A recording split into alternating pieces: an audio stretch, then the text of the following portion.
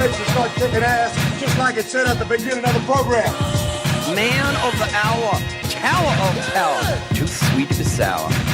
Sending your ass on the jabroni jet to the other side of the territory, brother. The Alabama Hammer. Nightmares are the best part of my day. The goods from the wood. Hot damn!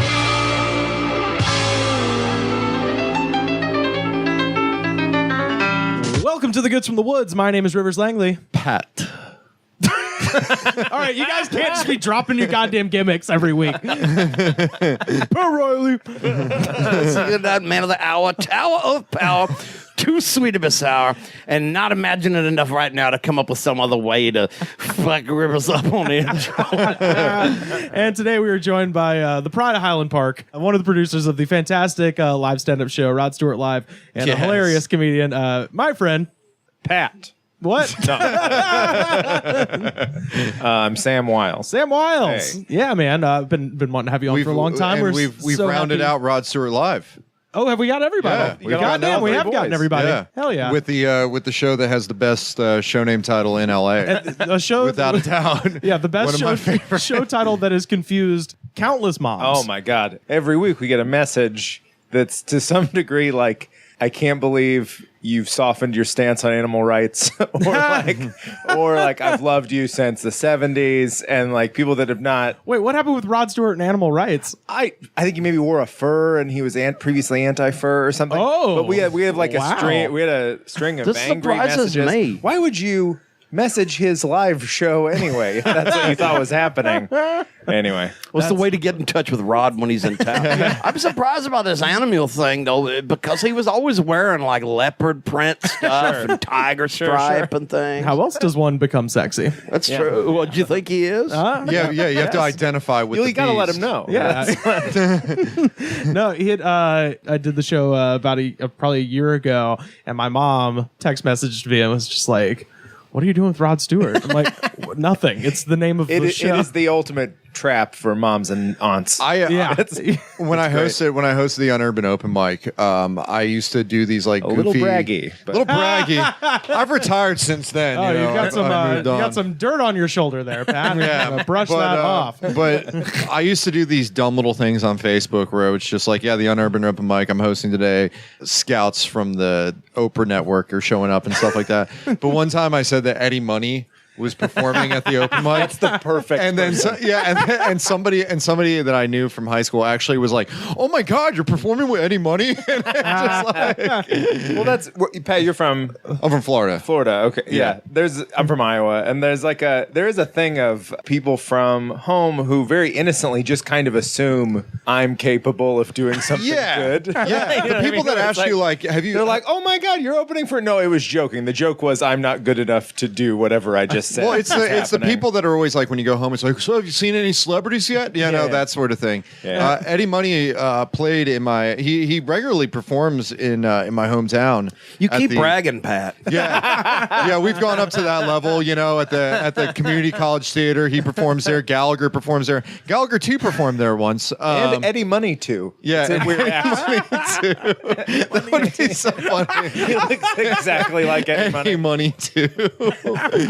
But yeah, no, Eddie Money performed at a Eddie Money, as well. No, he performed at the monster truck venue. They had a dedicated monster truck venue in the southern part of our county, and he performed with Survivor. But I'm not sure if the monster truck showed up for it. I wonder if Eddie Money is posting on Facebook, "I'm opening for Truckosaurus." Yeah. And anyone else like loses their mind. They're like, "You're kidding, man, Truckosaurus." I have a bit about seeing, just to pull back the curtain, I have a bit about seeing Journey opening for Truckzilla. Yeah. Which is a little bit of creative license, because I actually did once see the Marshall Tucker Band open for Truckzilla. Yeah. But not as many people know who the Marshall Tucker Band Exactly. is. You know, you got to make Journey. You have to Who make was your better? bits. Yeah. That's what I want to know. Truckzilla, obviously. What? Come on. Oh, but Chuck Dilla doesn't have a flute. Yeah, well, Truck. Well, Truckzilla could grab a school bus and play it as a flute, probably, you know? And then light it up and then smoke it like a J. You know? Yeah, but I would love to see. but Them ironically, smokestacks just belching out pot smoke. Oh yeah, I'd love to see him just like dragging on a school bus or something like that. well, ironically, Truckzilla isn't street legal, so unlike Marshall Tucker Band, they cannot take the highway. Huh? Perfect. Oh, where's that flute, baby? Woo! He sounds like he's playing a Jethro Tull style, Yeah, which Yeah, I means think- not playing it properly, so you can hear him breathing into it. On one foot. yeah, With a because codpiece. The I'm Ju- not familiar. Is that Truckzilla? Oh, that's Marshall. That's Truckzilla's prog days. Oh man, yeah, no, they we had this bit forever that would involve actually buying a flute, but it's something I still would want to do. Where I wanted to do Ian Anderson from Jethro Tull for Halloween, and just Christmas have even. I was about to say Christmas, but the truth is I could do it for the entire winter. But the idea would be to just. I mean, you have to fill, have. It's perfect for the winter solstice to dress Yeah. like You could sing "Ring On You Solstice Bells." Yeah. Oh God, their terrible Christmas album. But to fill this flute with baking soda and just to have a cocaine flute that I could just like blow into and just shoot powder. It'd be like the honky tonk man's guitar. Yeah, exactly. But, so I A just go heavily up. gimmicked I flute. just, yeah, a gimmicked flute. Just go into a party, stand with my my foot on one knee, and just like blow powder across the Having a room. meltdown. Just everyone. That's very expensive. If you could hold out your hands and catch it, please help me out. Everyone breathe in. I always wondered why. I know why that there's like baby powder in like honky tonk man's guitar when he hits it over someone's head to give the effect of it like blowing up. But like I just honestly in the back of my mind have this wish that the honky tonk man was smuggling coke in his guitar He forgot to take and then it out. completely forgot about it. And then when he hit it over Don Morocco's head, he's just like, oh hell, But then he had to play it off and be like, "That's my thing." Yeah, I know. I was baby carrying powder. that for Jake Roberts. Yeah. I lost my coke. How am I supposed to buy my daughter baby dolls and Barbie dolls and little shoes? Now I'm just not going to tip. Well, I'm a honky tonk man. Ain't a crazy style. Love to give the girls the world to the music of an old jukebox. When my money's all gone, I'm on the telephone singing, "Hey, hey, mama, can your daddy come home?" So you grew up in Iowa. Do you have state fair? Do you have state fair experience? Have you been to the Iowa State You grew Fair? up in Iowa. Were you guys doing a lot of coke? Was that the deal? Yeah. John Wayne was from Iowa. Yeah. And that's what you say every time. Every time. I was gonna say we've All had 14, 15 times we've had Iowa people. I'm still trying to find the thing because as far as I know, we've had about half an hour on here, and it seems like the most happening thing in Iowa, other than the fact John Wayne was born there, was that Tulip Festival. Done personally. Have you been to the Tulip Festival? I have. You have? Fuck yeah! Did you do the parade? No, I just like went. You didn't do it as a child. I went in college. Oh, It's okay. like because I went to a similar like because like Central College is in Pella, and so they have like Tulip Festival, and then you get drunk or whatever. Oh, okay. And then I went to like another small college that had a Nordic festival where everyone's like eating Norwegian food and just getting hammered and throwing it up in the street. And, Did they dress like Vikings? yeah, you dress like a Viking, or you do like a Norwegian garb of some. Or you dress sounds like, like or you fun. dress like Rose from the Golden Girls. Yeah. pretty much.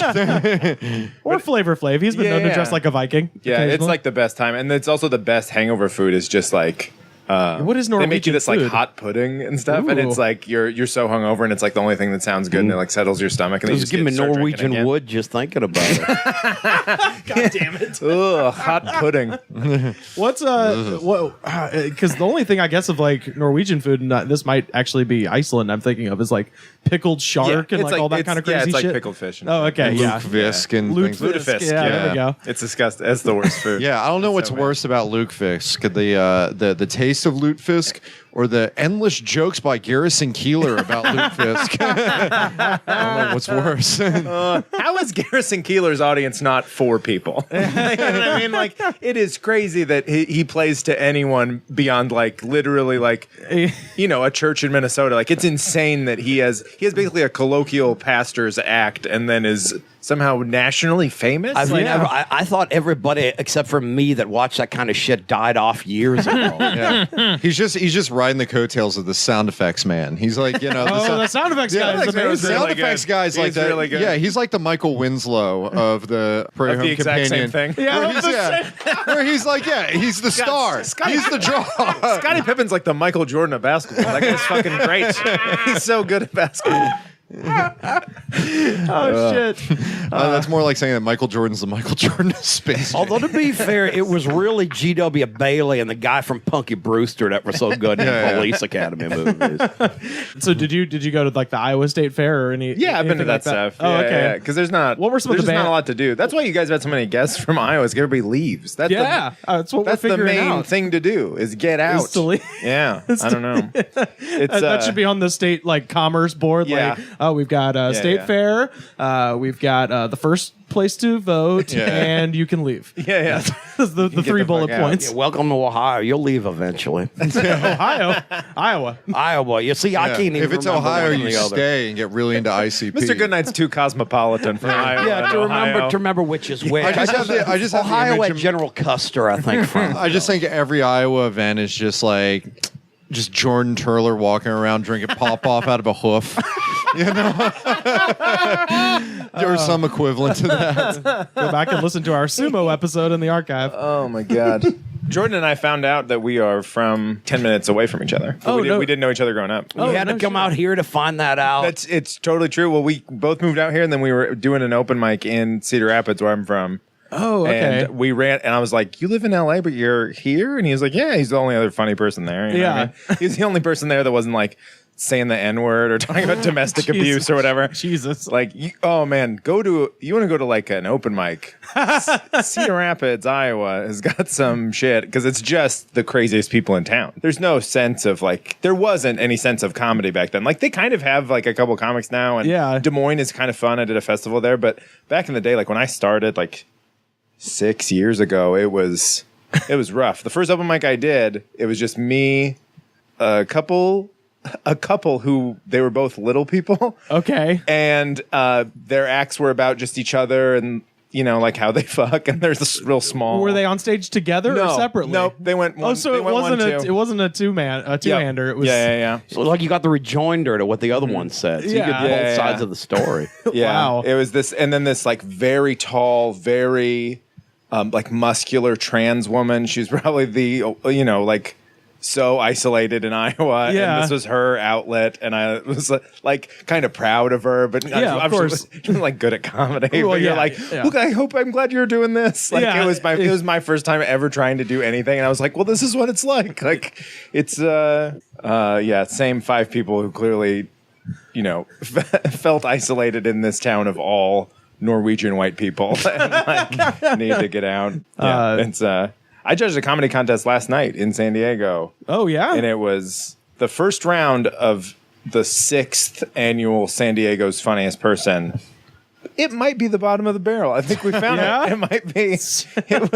It's truly anyone who wants to do it. And like there was a kid who got up and was so unintentionally funny. But he has like the worst, like most nervous energy. And then he goes, I look like a school shooter. And everybody kind of laughs. And then he moves on. He doesn't. There's no punchline. He just goes, I look like a school shooter. And goes, and then he loads a gun. Yeah, like that was his next action. He had a fanny pack. Oh, this is fantastic. They never referenced it once. And we were just like, oh my God. It's my favorite. So, yeah, that was. So who is San Francisco's funniest person? San Diego. San Diego. I get these things confused. I'm too cosmopolitan for that place. I always the zoo with the kiwi is really nice. I always love the thing that's like the fanny pack. It's like the obvious thing that should be the conversation. Never addresses piece. it once. Never addressed it. Like I remember one time I saw this one open mic set where it was this guy who was just. I felt so bad for him. He was just like he thought it'd be a good idea to try stand-up comedy, and he was just scared like witless, basically. He was just so scared. And he just didn't move. And the only movement he had when he was on stage, he was wearing these Oakley razor blade sunglasses. Sure. And he was like, hello, here's the crazy thing about Benghazi. And then he like took the glasses off, and then he'd continue talking. And then he would just like robotically put them on, like he was just like one of those automaton things that you'd see at Chuck E. Cheese or the Hall of Presidents. That's so funny. Never once mentioned his sweet shades. That's the best. Yeah. I think I've told this story on here before, so I'll make it brief. But I was at Dangerfields 3 when that room was still running, and there was Which wasn't far from here. no, very close. Yeah, just over in Westlake. But If you got past at Gallagher 2s, you could go to Dangerfield 3s. And it was pretty.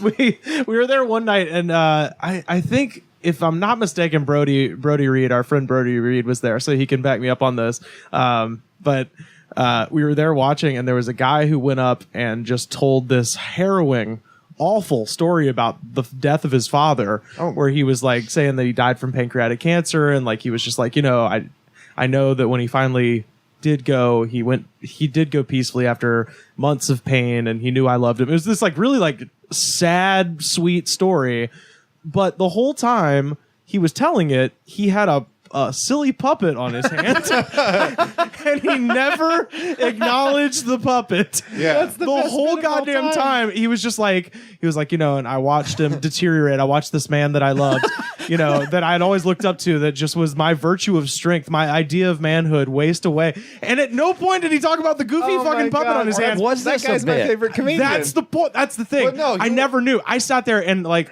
about halfway through, when I realized he wasn't going to acknowledge that puppet, But I just that's started. put on, dude. I started laughing so that's fucking like- hard, and I was the only person, and I felt bad because everyone was looking at me. I'm like, no, but like clearly that's the joke, right? Well, if it's a bit, it's one thing. But if it's just some idiot who wanted to talk to somebody, that's it's a funnier. comedy open mic. I got to buy me a puppet. Yeah. That's a million times fun. It's funny if it's a bit. It's way funnier if it's not. a bit. Either way, it's great. It's so good. Yeah, that's a bit like, it's one of those things where it's so completely obvious, I don't know. No one was laughing except for me, and Yeah. I'm fucking sick. Yeah, I always.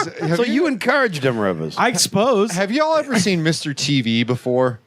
Oh shit! Yes. Oh, yeah. yes. I know. So there was this guy that used to come by the open mics named Mr. TV. Mr. TV. And he was this He's got guy. the cardboard he was like TV. in his, he had a cardboard TV looking like the TV from like Cool World or something like that. Like that 50s swoopy TV. And it was like a plywood cutout on wheels. And he would wheel that thing up on stage. And if there wasn't like a ramp or something, he would have to like pull it up the steps. And he was like in his 50s, right? I can imagine like Mitzi passing him or something like that, being like, "Oh, you have a lot of potential." But like, he would have like a gold lame jacket. He had like long hair.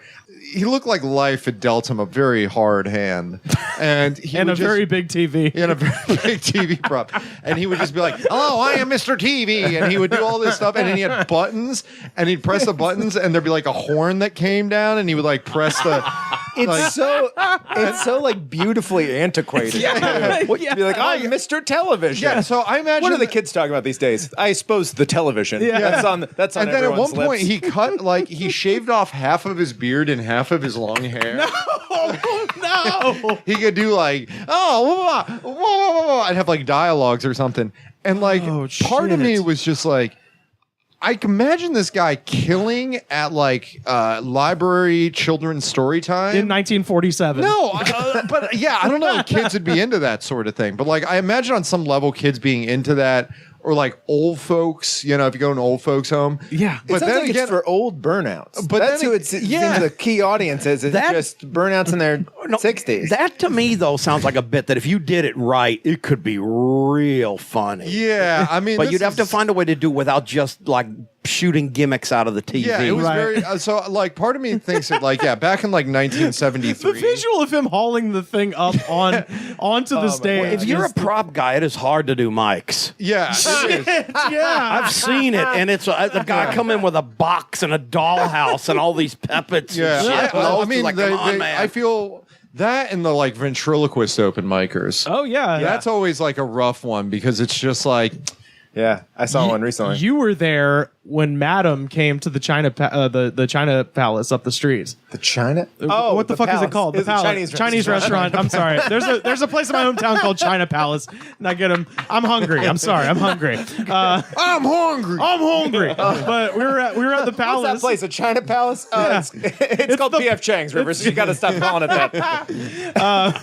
But we were at the Palace, which is a Chinese restaurant up in Los Feliz, and I'm pretty sure you were there for this when somebody and we'll put this up on our Twitter. We're at the Goods Pod, so you can see a picture of what we're talking about. But back in the 70s on the show Laugh-In, there was a puppet called Madam. I don't think it was Laugh-In. Was it not Laugh-In? I think she was on Hollywood Squares. Hollywood Squares. some shit like that. She was one of those there were certain ventriloquists that were big then. You remember the black guy with the Willie dummy? Tyler or Willie Taylor. And yeah. Madam was he's this- great. He was great. He Like, was really good. He's a Yeah. really nice He guy. was on the too. Jeffersons once. Yeah, too. he's a really nice guy. But Madam was this old lady pup that looked Yeah. like Phyllis Diller. Yeah, She was so- crusty and Joan Rivers like a little bit. Yeah, she was so- really big in the 70s. So I've got a picture pulled up here. You can has a very foul looking chin. By the way. yeah, his chin looks like balls. You can find us on Twitter and see a picture of this. But we saw the original Madam Puppeteer passed away, and because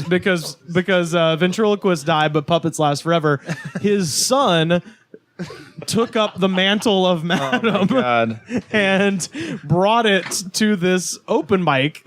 And were you there for this? Or am I Yes. just a yeah? No, I was there. Yeah. That's laughing at her nutsack chin. Yeah, though. I mean, we'll just state the No, obvious. It's Yeah. very like, It's like Popeye. genitalia. Yeah, her face is like she's It is really. Yeah, her nose is a dick, and her chin is dick balls. face and chin balls. Yeah. So if you And lots of warts too.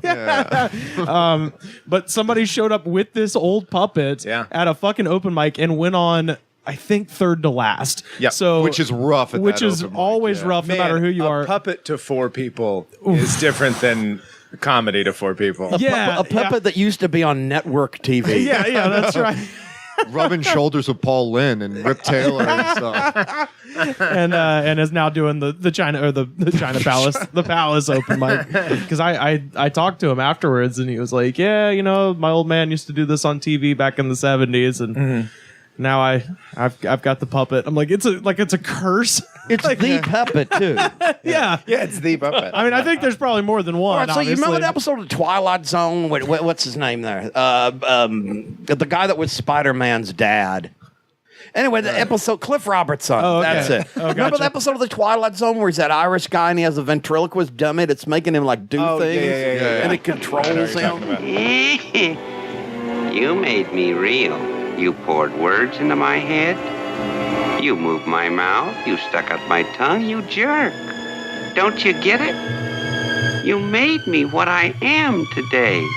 I hope you're satisfied from the song of the same name.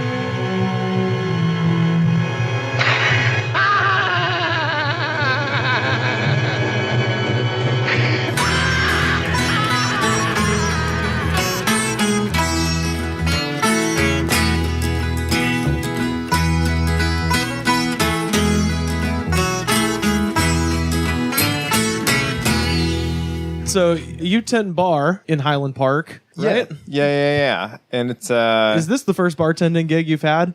yeah. Oh, is it? Okay, perfect. Well, I lied my way into it, so I feel bad saying it on a recording. But Oh, we can- nobody I know is gonna listen. We can listen to edit it anything. out. No, it's fine. just say I've been doing it for years. But that's how everyone gets every restaurant gig because they Yeah. only hire you with experience. Yeah, fuck yeah. So someone is lying. You Yeah, know what yeah, I mean? Like of that's course. got to be. No one just like is. So, yeah. So I just lied. I lived around the corner, and Matt Dwyer. You guys ever had? Yeah, comedian yeah. Matt Dwyer. He worked there, and then like got a writing job, and had only worked there a week, and had to leave. And he was like, I know a great bartender. And then he texted me. He goes, "Do you bartend?" Yeah. I was like, yeah, for definitely. And then I came in, and Had to I'd look- like watched YouTube. I had to tutorial. So you had to learn all the drinks and stuff, obviously. Yeah, I did it. Yeah. Are you a t-shirt bartender or you're an apron and tie bartender? T-shirt for sure, Okay. because it's that whole thing with Eagle Rock and Highland Park where it's gentrifying and slowly pushing in working class people into they're allowed to be in 3 spots, and Yeah. like everything else is a charcuterie garrison's holdover or whatever. You know what I mean? Like, Yeah. there's no bars, so it's like everybody that either used to be in the avenues or isn't a bajillionaire has to like come to one bar, and it's appropriate to have a T-shirt. So Yeah. it's like if you are wearing like the shitty uptight bartender's uniform, you're gonna get a Molotov cocktail thrown at you. They don't appreciate any Lloyds. Yeah.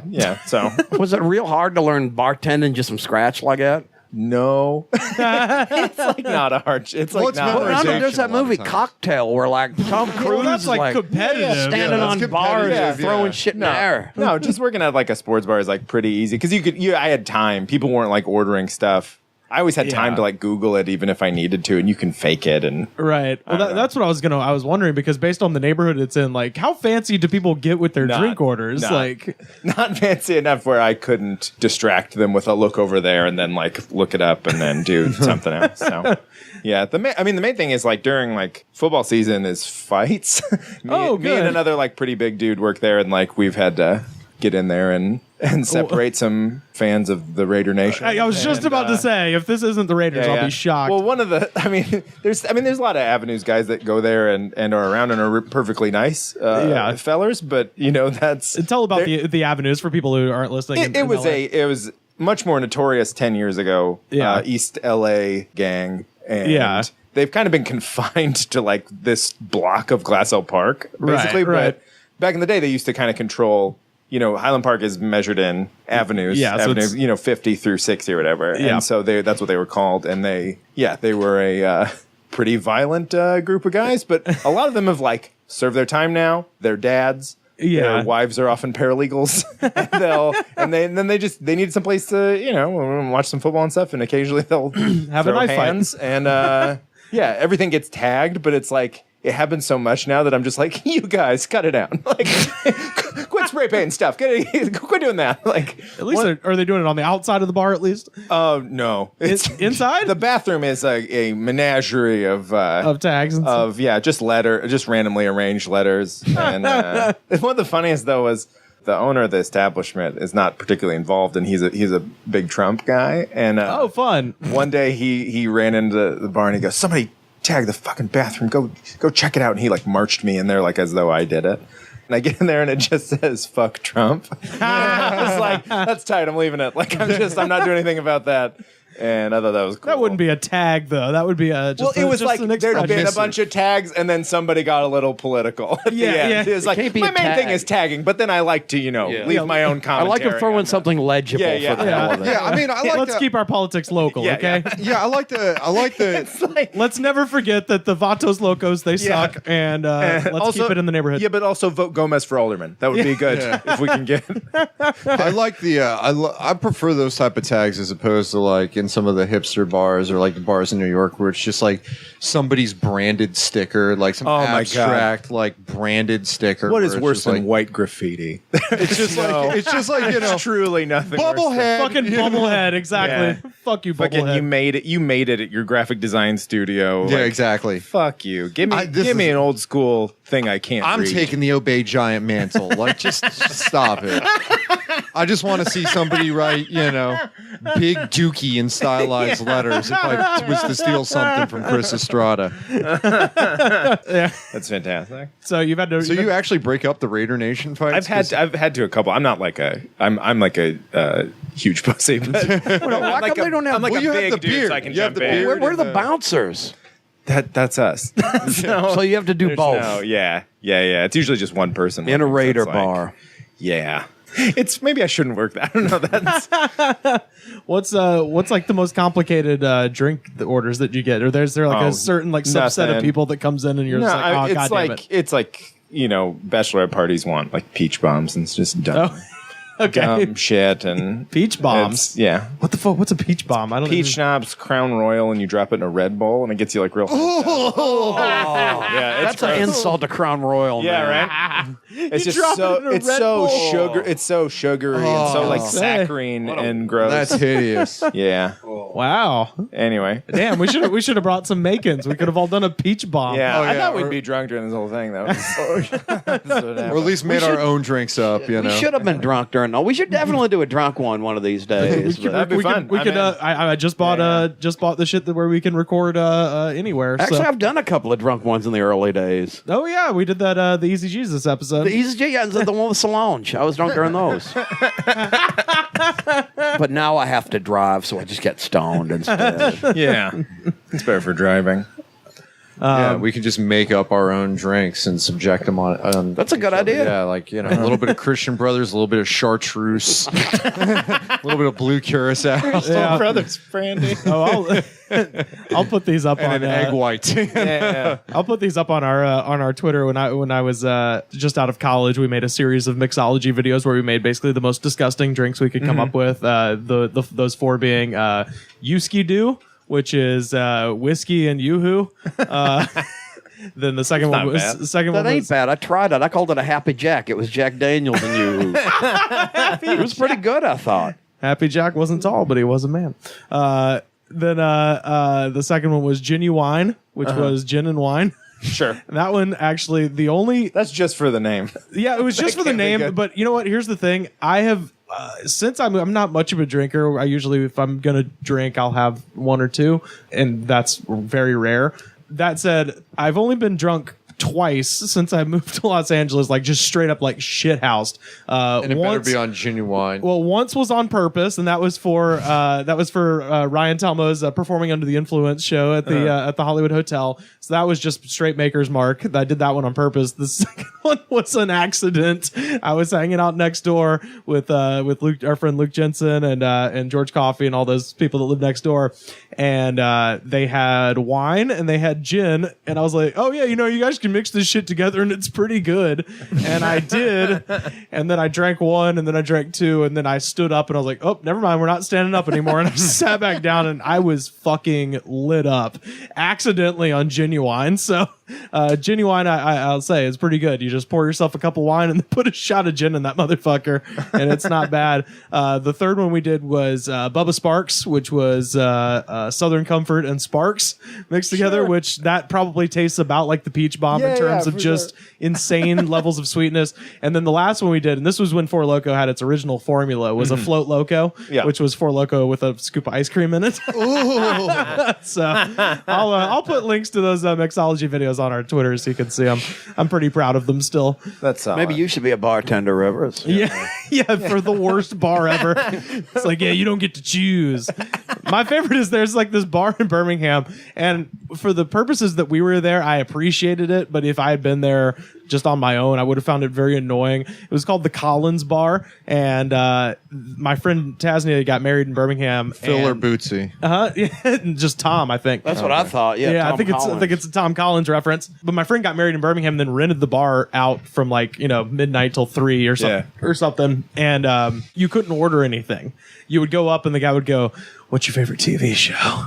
And you go, "Oh, I like Breaking Bad." Like, "Oh, just the thing for you." And then they would like make you something, or the guy would go like, "What was your best subject in school?" And you're like, "English." He was like, "I got just the thing." Like, and that was how they did it. They just intuited what you wanted based on just a simple question. If I went up there and he said, "What's your favorite TV show?" and I say Sanford and Son, is he going to give me a glass of Ripple?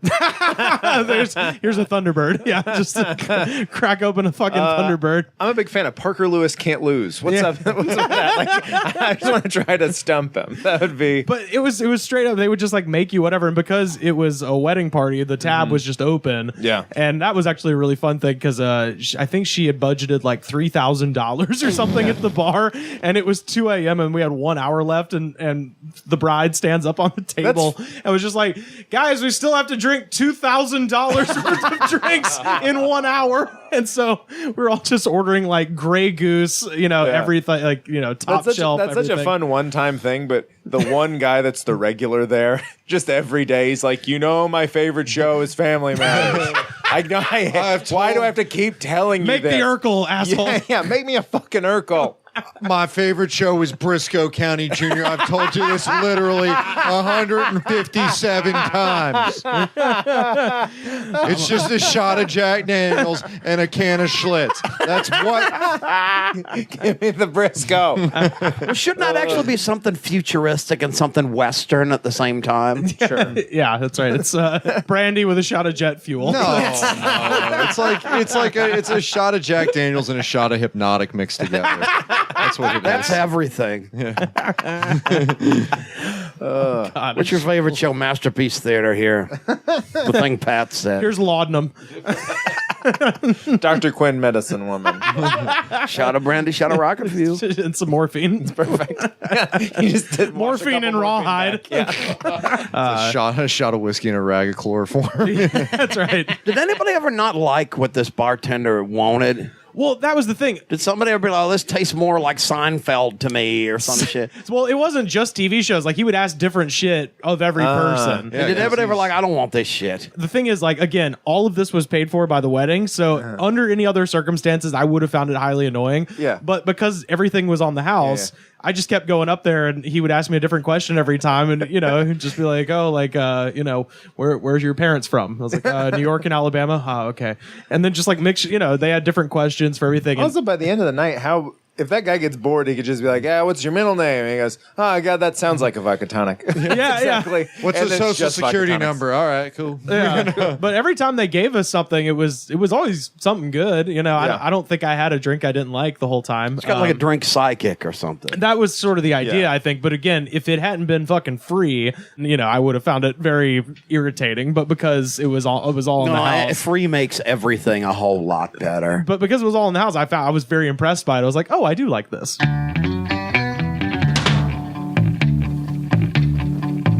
Happy Jack wasn't old, but he was a man.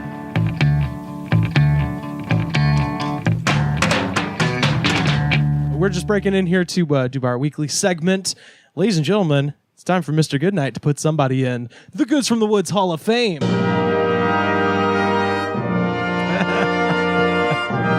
Oh, who do we got this week, Mr. Goodnight? It's like Bobby Heenan is just entering the building right now. Okay, this week, you may remember when we had the first Goods from the Woods Hall of Fame, and already there was controversy. Yeah. Because when Tilly Savalas went in, one of our former guests there, Dave Amion, said, why come Kojak is in and not Columbo? Yeah. But those of us on the inside knew it was all going to be a matter of time until Columbo done showed up anyway. Yeah, of course. Especially because he was unofficially inducted during the barbecue. During the barbecue. Yeah. Episode. So right now, I'm officially nominating and inducting and everything. Peter Falk, TV's Columbo. Yep. Also the narrator in The Princess Bride. Yes. A long career in movies and television, and a man with a glass eye. Yep. And I am nominating him or inducting him into our Goods from the Woods Hall of Fame.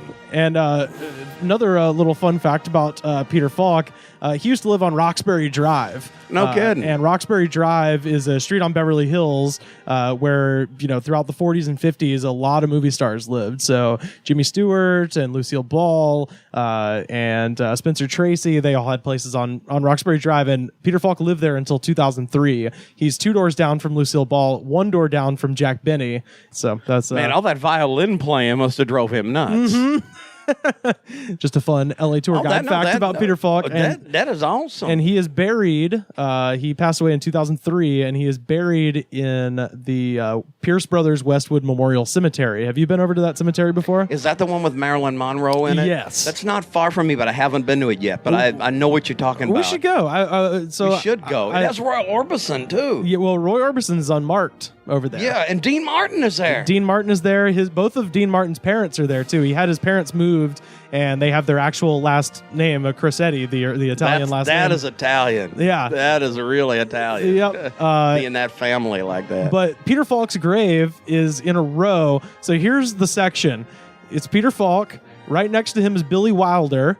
And in Pierce Brothers Cemetery, by the way, a lot of the graves have jokes written on them. So Billy Wilder's grave says, "I'm a writer, but nobody's perfect."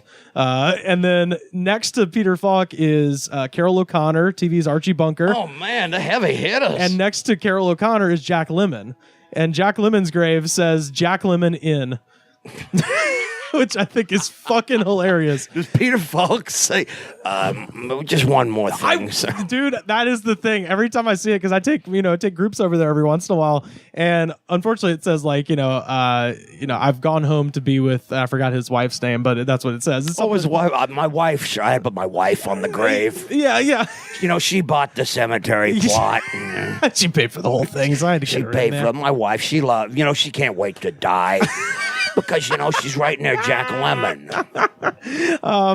But and then across the way from him is Sam Simon, the co-creator of The Simpsons, Rodney Dangerfield, Farrah Fawcett, and Merv Griffin.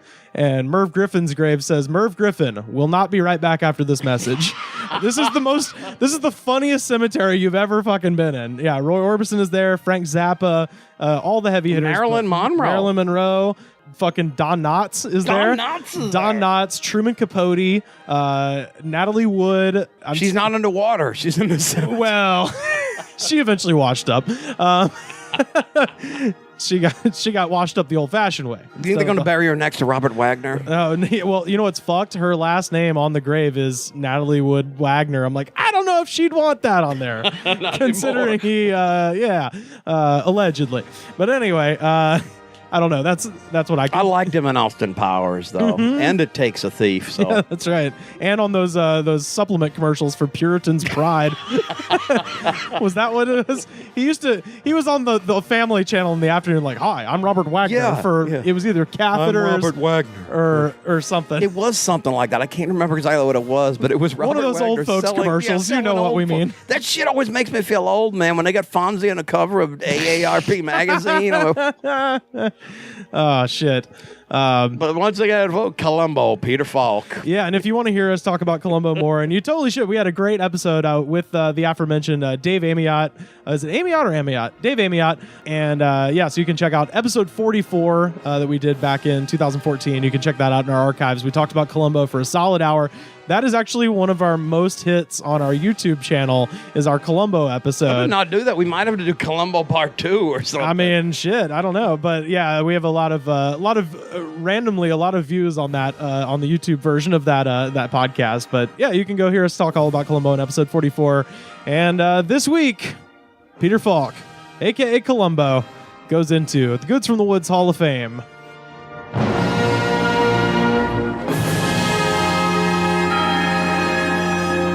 Do you have to do that a lot as a bartender? Do you have to give the advice? Yeah, that's what I was about to ask. Yeah. Oh, Jesus Christ. Like, kill a whole afternoon with the loneliest guy in LA. Oh, no. Like, that happens pretty often because I have like the occasional day shift with nothing happening except for one fella who walks in and he's like, "Well, I was in the army and then a girl moved here that I knew, and then she doesn't remember my name, and now I live here." And you're like, fucking he should go on stage with a puppet and just tell them.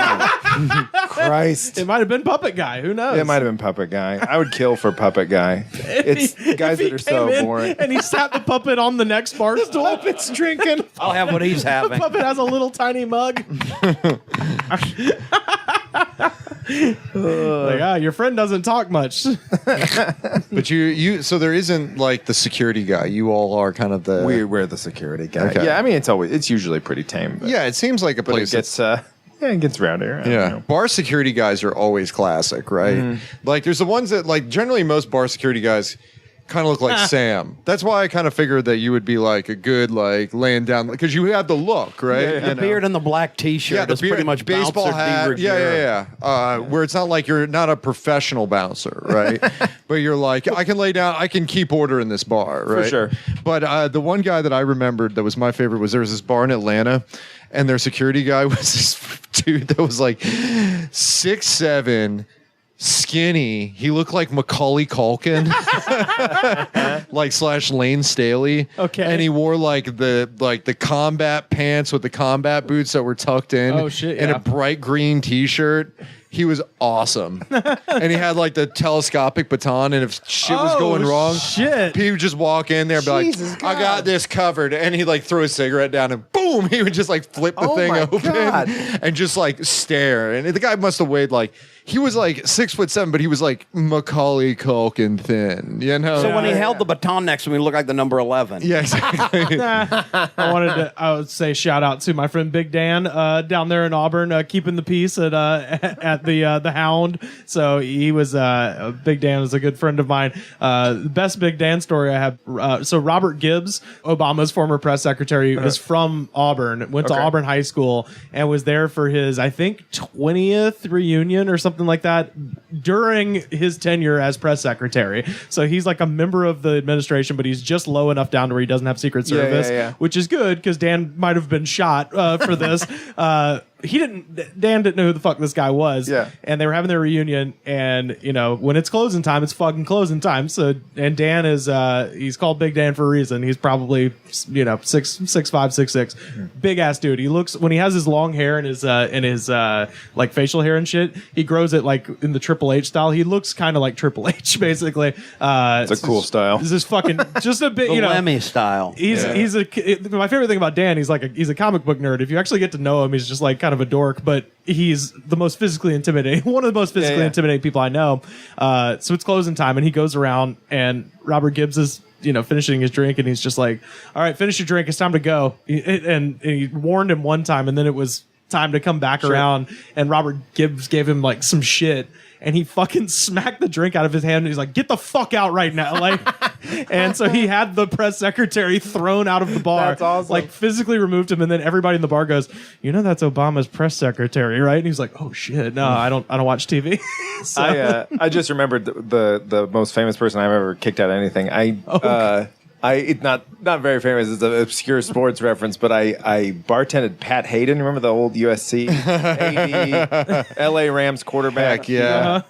He was like the athletic director at USC. Yeah. So I bartended his son's gay wedding. Okay. And it was, his son is like a bro and married another bro. And it's the best vows I've ever seen in my life. Just like, I fucking love you, bro. Oh my God. It was so that. It was just like, it literally in their vows, he goes, dude, I don't care that you always are better than me at swimming. That is so awesome. That's fucking amazing. Oh my God. I love you too, bro. Yeah. It really was. Like, I mean, they were like perfectly manicured, gorgeous dudes, but they like still talked very Southern California. And it's like, man, I love you so much. Like, it was very sweet. Dude, I'm really happy that Proposition 8 got repealed, bro. Yeah. Even though you always beat me at swimming. Even though the tattoo artist was tired and he did a better job on your barbed wire tattoo than on mine, I still fucking love you. That's like the best couple ever. Yeah. It was a super fun wedding. It's in Malibu. They're all rich, It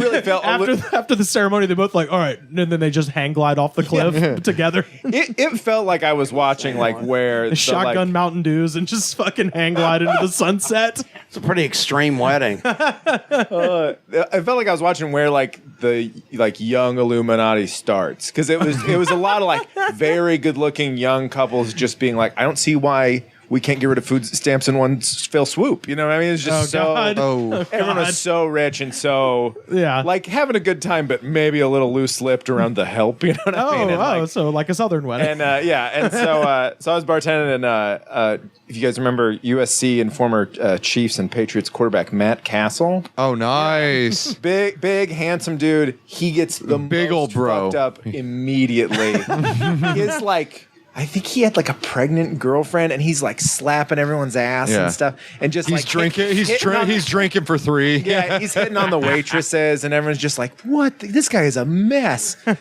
Comes up, and he's also has not. Everyone else is tipping like amazingly, right? Yeah. Like it's a rich people wedding, and a couple of them have you just need a couple people to open their wallets on one of these weddings. But, Cassel's not tipping. He's just demanding. Yeah. And I go, buddy, I can't give you another one. He goes, do you know who I am? I go, yeah, you're Matt Cassel. Like, who gives a fuck? You were terrible. I give him this, and then he just gets so pissed. And two of, the more obscure football players have to, drag him away. And because They wouldn't have cut Tom Brady off. Getting drug off by Roy Malalaga.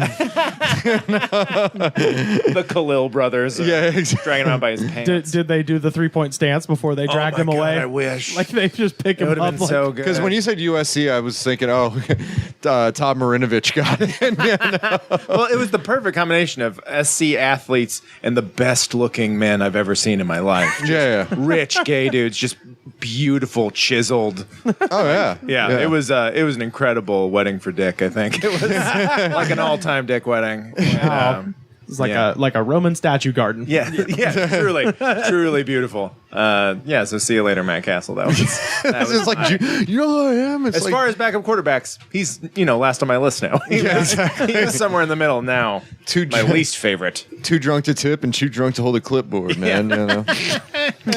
God, that's I You love. can tell his ego is fragile. You know too, who I am? It's like, you went 6-10 with the Chiefs when you got signed to that major He was contract. all right the year when Tom Brady was out. Yeah, but anybody could have. But you could tell that affected him. No, Like, they would have his made big shot. Well, they would have made the failed. damn playoffs that year, except it was they had enough games to win, but somebody else did. I forget now. I mean, Jimmy Garoppolo looks like a beast in that offense. Yeah. You could put anybody. You could put me in that offense, and I would have a pretty good passer rating. Probably like somewhere around 78.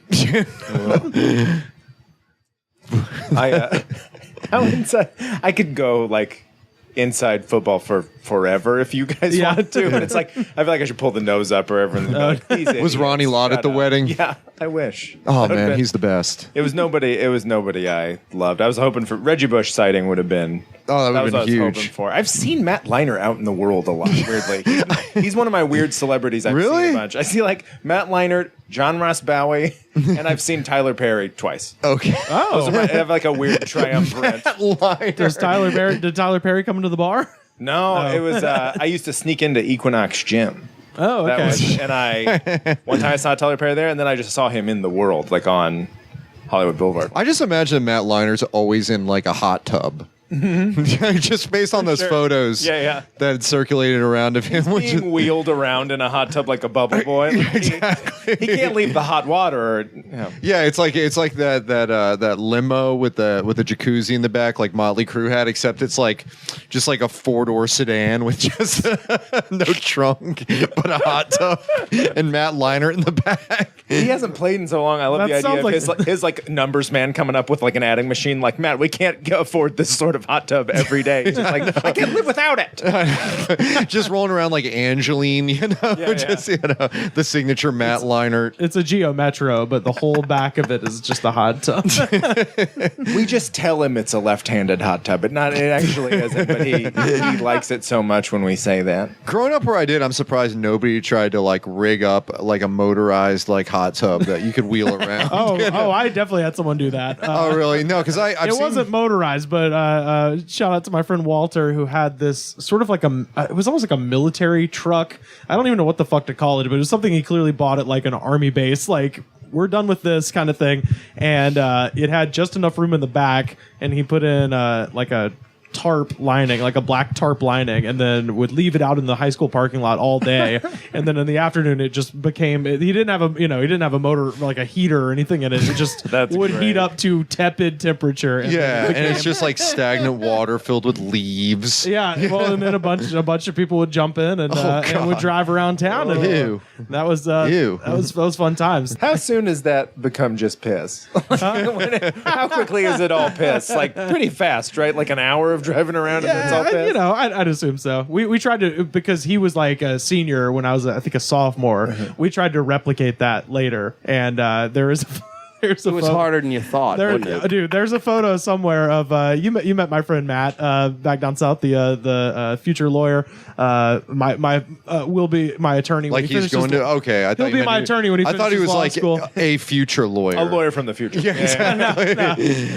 But we got his truck and did the same thing. Got the big tarp, filled it up with water, and the problem was we were trying to go pick up a friend of ours, and we didn't anticipate how much the back of the truck was weighed down by the fact there were 6 people and approximately Water. 50 to 60 gallons of water back there. And when we tried to tried to turn into the driveway, the muffler scraped so goddamn hard on the it sounded like 1,000 nails on 1,000 chalkboards. Tender bar in LA after dark must be like mine of cartoon gold. Rocks that won't cooperate and tools that drive you crazy must get old. Think about you when I can, and sometimes when I do, I still get caught. Sitting in a bar in LA after dark with my sunglasses on. I went to talk to Rivers about Nixon. That's all. Oh, yeah. That was my big plan. About Richard Nixon? I just want to talk about Nixon. I'm obsessed. I can't. I've just been like, I just finished that book, Nixon Land. Yeah. That's and it's so. Have you read Invisible Bridge? I have. I ordered it. Okay, yeah. This has been Book Corner on. Oh, good, podcast, good. That's the one I've about hijacked Reagan. it and made it for nerds. Yeah. No, that's that Nixon Land's fantastic, and especially now it's fun because you're just my God. this is the 70s, but It's on incredible. on fucking steroids. Well, and what you kind of realize is that Nixon is probably as craven as Trump. Like there's stuff. Rivers, do you remember like the tapes where Nixon says like, we can find $1 million. We can find $1 million. Yeah. We can put it in cash. Yeah, use I think it to I remember that. pay off whoever need to be paid off.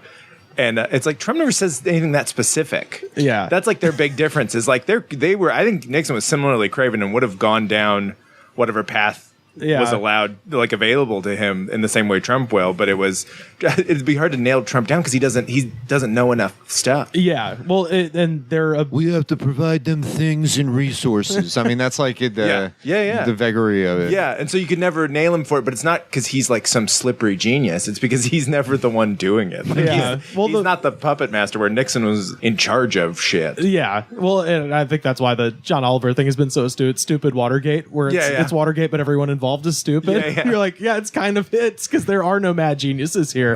The thing about Nixon and Trump is they're both sort of motivated by an inadequacy, like a long running thing, because Nixon was the poor kid at his private school and was the poor kid at his private college and in his fraternity and fucking hated rich people. Well, and he crafted an entire worldview around that. Like in Nixon land, it's like he viewed good-looking rich people as his enemies. Yeah, I mean, basically, and he kind of galvanized like dorks and all the turds at Whittier, right? And then became against everyone's better judgment, like class president and all that shit. And everyone's like, how did he do that? And because he'd go to every dweeb ass and be like, those guys are really keeping you down. Like, you want a friend. See, it shows nerds are dangerous. They should be kept down, because if you put them in charge, they'll be just as bad. Yeah, well, modern Nixon would have been the main Gamergate guy. Fuck yeah. Well, and it's his approach to that election or whatever. Very similar to the Trump thing. We'll bring those coal jobs back. Everybody's been ignoring you. No more. Yeah. All the rich people in Hollywood, all the rich people that are looking down on you and are fucking you over. Come with me. So, but Trump, the difference with Trump is that the inadequacy has nothing to do with money because he was born rich. Oh, yeah. It just has to do with Manhattan, essentially. Opportunity. The outer borough shit. Yeah. Somebody in the 80s called him outer borough trash. And that has motivated him literally his entire fucking career, has just been trying to become a Manhattan socialite. And ironically, this whole president thing is going to push him way fucking further away from his goal, which is just to be liked by rich people in Manhattan. Yeah. And now they really don't like him. Yeah. So it's been crazy, obviously, to watch. But, it's the problem with being a student of history is it's very easy to become cynical because you're like, we're just doing this again. Except now that everybody has all the information all the time, it's just moving at twice the speed. Like you just mentioned something that happened 3 days ago, and you're like, God, that was only Pat and I had lunch at Sizzler because we're high class people. Sure. And that was one of the things I mentioned. Well, Trump would eat there. That would be his deal. That fucker hates fruit. That's my favorite thing about Trump is that he hates like vegetables and fruit and stuff. That's why he didn't blend it into high society. Is they were were like, They're like, do you want this hors d'oeuvre? And he'd be like, it's not cut up hot dogs. And they'd be like, get the fuck out. Go back to your shithole. And that's like why he ran for president. It's not Frito pie. Yeah. I won't eat this if it's not This Hormel's isn't- chili on Fritos. Where's the ketchup? And then they're like, go home. Like, you're not allowed to be at our party. Yeah. You're not allowed to be at our Eyes Wide Shut party because he won't just shut the fuck up about the Guatemala olives Yeah, or whatever. it was like he has a chip on his shoulder because somebody at Studio 54 told him that Lowenbrau isn't really classy beer. You know, that's not really classy beer. They told me Heineken was the classiest beer. Like, It's got those little dots over the U. fucking John It's got those little dots over the U. How could it not be fancy? It's foreign. You know? John DeLorean made fun of him eating a Happy Meal once, and it fucking made. It's why he's the president now. It's the worst. oh man, but you know, and Nixon, his whole. I mean, he was at least. At least had knowledge to back it up. Like Yeah. he was a calculating Yeah. evil fuck. Yeah. But he was like a smart guy. Well, he went to Duke and he had what's his ass there, Kissinger and all these fucking people. yeah, absolutely. If anything, he was too damn smart. Yeah. Well, Nixon is fascinating. Like I love. Like I. Yeah. Yeah, It's weird to say Trump- I don't love Nixon the man, but I love like talking about him and like reading about him As a like, character Nixon is- study, yeah. with the the nice cushion that comes with having us not having actually lived through it, Yeah. it's easier to look through. And Trump's not interesting like that. That's No. like what's so disappointing. He's It's like, extremely uninteresting. Trump is because his motives are so naked. Yeah, and so I kind of stupid. doubt that Trump is uninteresting. I think if you asked 100 people in the world, uninteresting isn't the word they would use for I'm Trump. reading the Robert Caro LBJ books. I'm rereading Oh, those. yeah. Those are great. Yeah. Those are fantastic because you just read those things and it's like, this guy's a madman. Yeah. Well, just This I guy- feel like He'll with give you the Trump- treatment. I feel like with Trump, there's kind of It's nothing it's redeeming surface about level. him. Yeah. He is old. Like But that's interesting. That's interesting. yeah, I guess. Yeah. And think of the fun people will have in the future watching back at his speeches and everything like that. Assuming there is He's a funny. future. yeah. Assuming that happens. You know how people be looking at the one TV that survived the blast or whatever, and everyone Yeah. goes, "God, But he's so people- stupid." People said it was all going to end with Nixon, and Yeah. they said every Yeah, yeah. president it's all going to end. But here we go. Yeah. We still keep crapping along every end. year. It's his presidency's gonna end crazy, and we're gonna get into some weird vanilla period after this too. Like we're gonna get our weird Jimmy Carter. Yeah. It's like I feel like everything post Trump, like everyone's gonna want normalcy really badly. Yeah. and we're just gonna pick the most vanilla fucking person, regardless of like ideas or party or whatever. Right, And it's right. And the Rock staring in the window, just in the mirror, just like, I wish I was boring. I missed my time. Yeah. He missed his window by 4 years or Yeah. something. I don't know. That'd be. I'm all for that. don't know. At this I don't point, know. I don't think The Rock can take it. I don't We know he doesn't like criticism. He doesn't like getting booed. Yeah, that's true. We don't need that kind of temperament up there. God, and if you shout "Die Rocky Die" at He'd him get when he's the pissed. president, you'll get shot. The Rock might be too self-aware to be like, well, I don't know anything about Syria, so I won't say anything about it. Where Trump's like, I don't know, Syria, what is it? A number? And you're like, fuck. He thinks it's a number. The other amazing thing in that book, the Nixon book, is there's a bunch of great shit. It's a great book. But the inferiority complex, he used to drive Pat around on dates with other guys. That's the yeah. That is the weirdest fact in the whole thing. Yeah, And yeah. like that's so his personality. Like such a like weird. I went to college with guys like that. Like if you Yeah. like I went to college with guys that were very much like that, where Yeah. like they would drive around girls that they had a shine to, you know, on dates and things like that, and they'd just be like eventually they would, you know, come to their senses when, you know, Fratty McFratterson, and it's just kind of and it's always like kind of the guys that are College Republicans. well, no, not even that. I mean, you know, they're usually even young Democrats as well, Yeah. like the ones that are very sort of like oriented towards I'm going to be a politician. Yeah.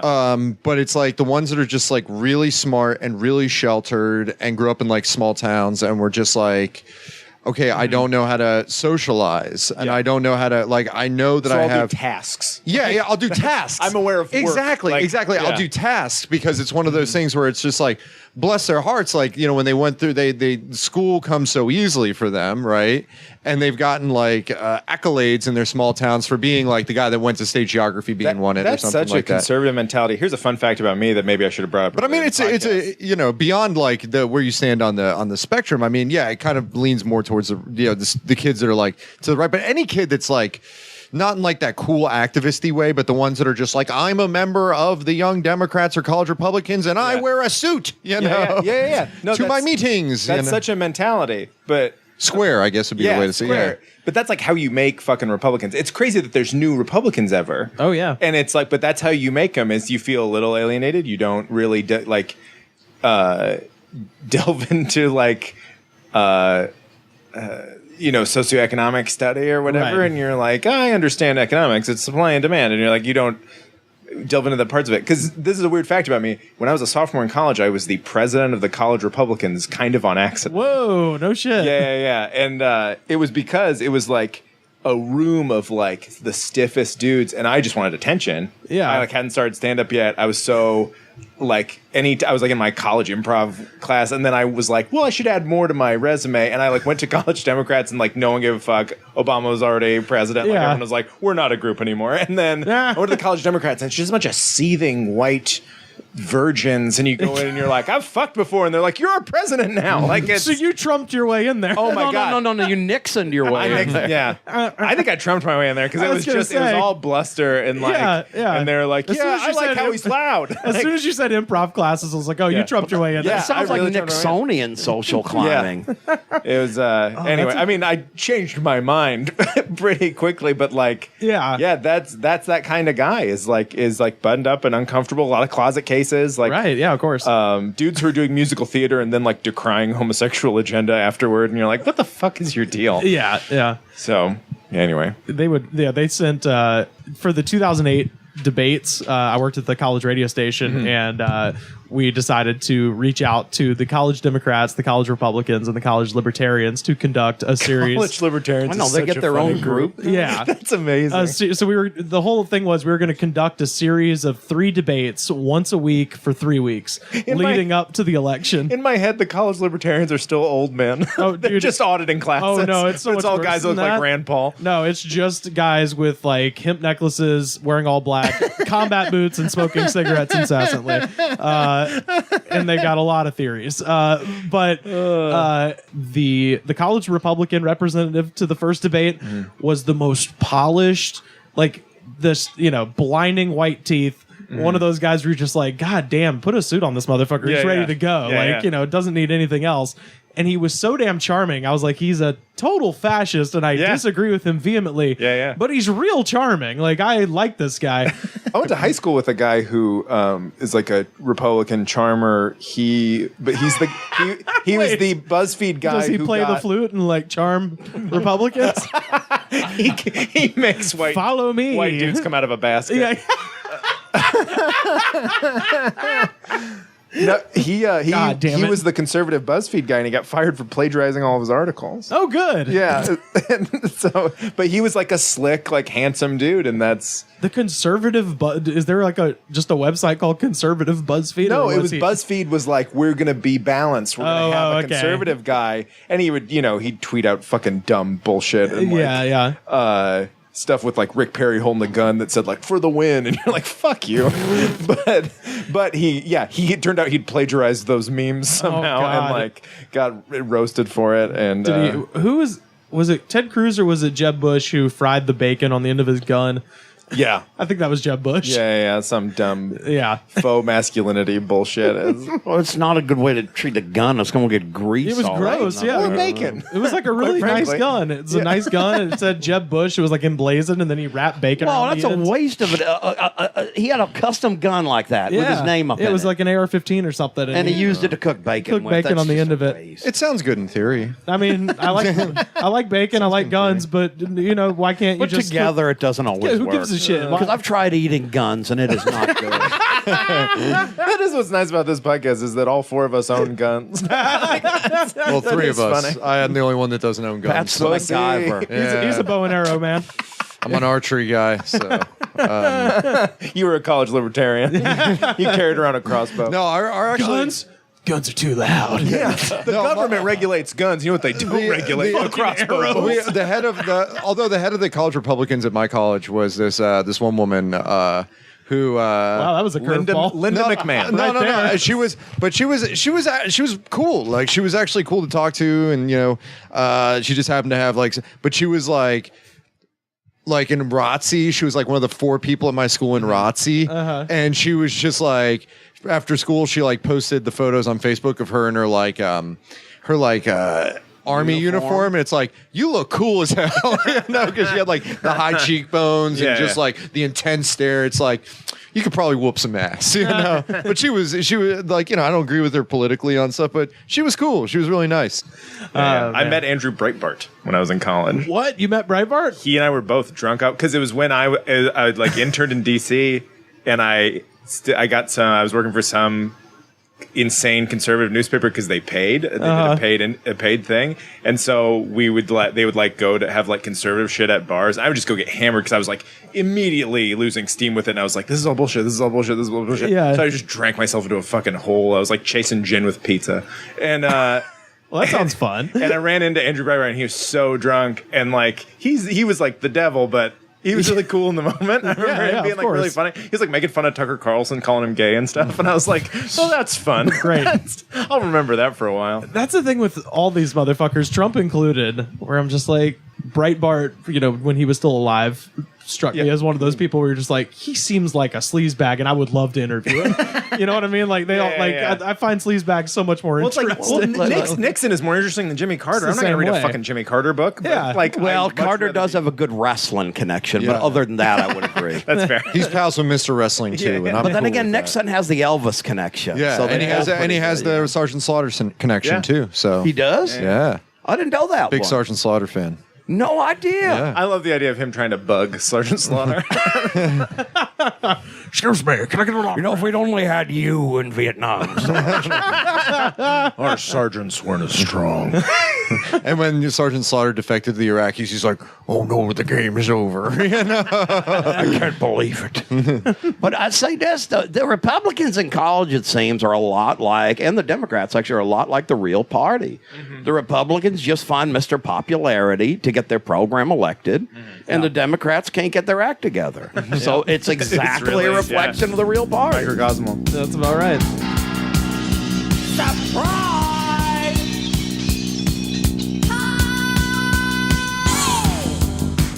Yeah, we just thought we'd drop in. Where's your ice box? Hey, where's the punch?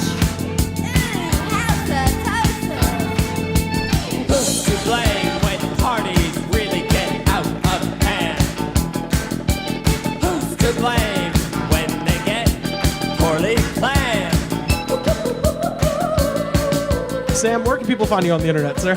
Oh, at Sam Gone Wiles. Okay. That's my Twitter handle. Wiles. Because at Sam Wiles is a bot from 2011. God, that sucks. Yeah, that had 3 tweets about how stay-at-home moms could earn money.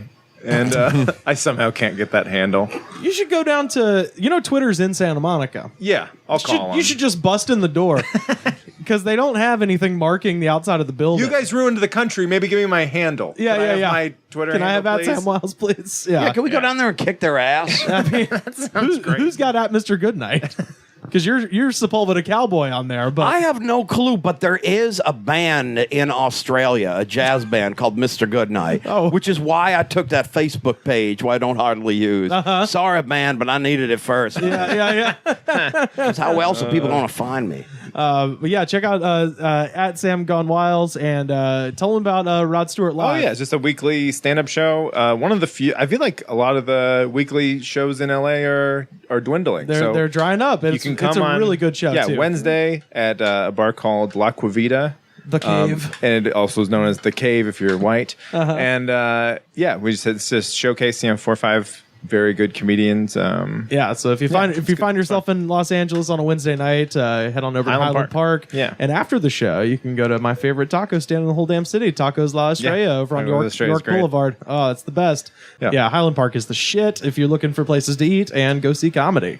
And if you like sport, if you were turned on by the Matt Cassel segment, I write a lot of scripted stuff for Bleacher Report. Okay, cool. Yeah, a lot of the Hold on, are you a wrestling fan? cartoons are me. When I was a kid, we never talked about it. Okay. But yeah, So I was going to say, did we get another wrestling fan on here? We didn't do another wrestling episode. no. There's a period of wrestling that I loved, and it was when the NBA went on strike, and Karl Malone was my favorite player. And 1998. Yeah. So 98 to like 2000, I loved it. That's like my era, and then like basketball came back, and I got back into it. It was so. But yeah, I was a DDP guy because he was Malone's partner. Right. So that's it. Now I'm just into his yoga. Yeah. Got to do that yoga. You can find us on Facebook, facebook.com/thegoodspod. We're on Twitter @thegoodspod. Big shout out to our webmaster, Richard Eden, up there in the Yukon territory doing the heavy lifting at thegoodspod.com. Pat, what should they do when the folks get to iTunes? Rate, review, subscribe. It shows the attitude of gratitude. And if y'all don't have the attitude of gratitude, fuck you. Song of the week this week. This is Dr. Dog with a track off of their newest record, Abandoned Mansion. The song is called Survive. And we'll see you next week. I was huddled in a doorway, fighting off a trance, with my back pulled to my chest. She asked me if I was waiting for something. I said the answer 1,000 times over was yes. Well, here I am, a shadow of me. Oh, but deep down inside, my heart runs free. I was a used shoe salesman, and I was working the graveyard shift. I was listening for the bell on the door when you'd walk in. I was living in the weeds somewheres, and I was breathing through a straw in the swamp. And I was gasping for air, wondering what it was for. But I have a child now, and she's better than me. Oh, but deep down inside, I hope she makes the same mistakes as me. Well, sometimes love is all it's supposed to be, but it can break you. Remember, take care of your heart and cry. Oh, and somehow we'll survive for another day by picking up on feet. And I was wandering around in the street somewheres outside of Eden. She came down and let me in, and then she left for the light. And I was creeping through the brush and the shadows, man, I was scared for my life. But I am saved now. Somebody died for my sins, and I'm so glad it wasn't me.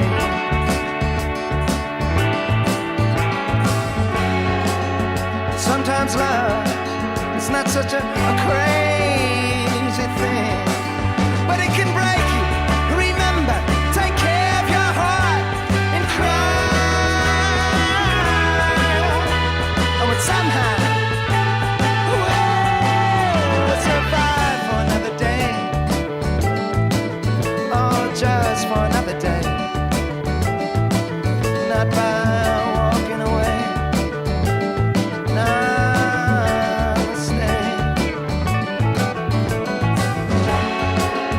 Sometimes